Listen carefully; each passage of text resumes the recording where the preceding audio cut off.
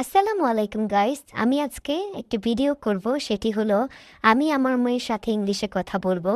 Bangladeshi English আর ইউকের English কতটা তফাৎ সেটাই আমি আপনাদেরকে দেখাবো।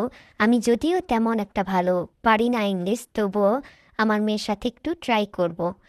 আর আমার মেয়ে ভিডিওতে কাছে আসতে চাচ্ছিল না, সেই জন্য আমি অডিওতে ওর ভয়েস এবং আমার ভয়েস রেকর্ড করে নিলাম।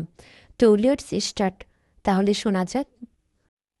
Hello, how are you Monha? I am good, how are you ma'am? I am good. I am going to ask your some question, okay? Okay. How was your day at school today?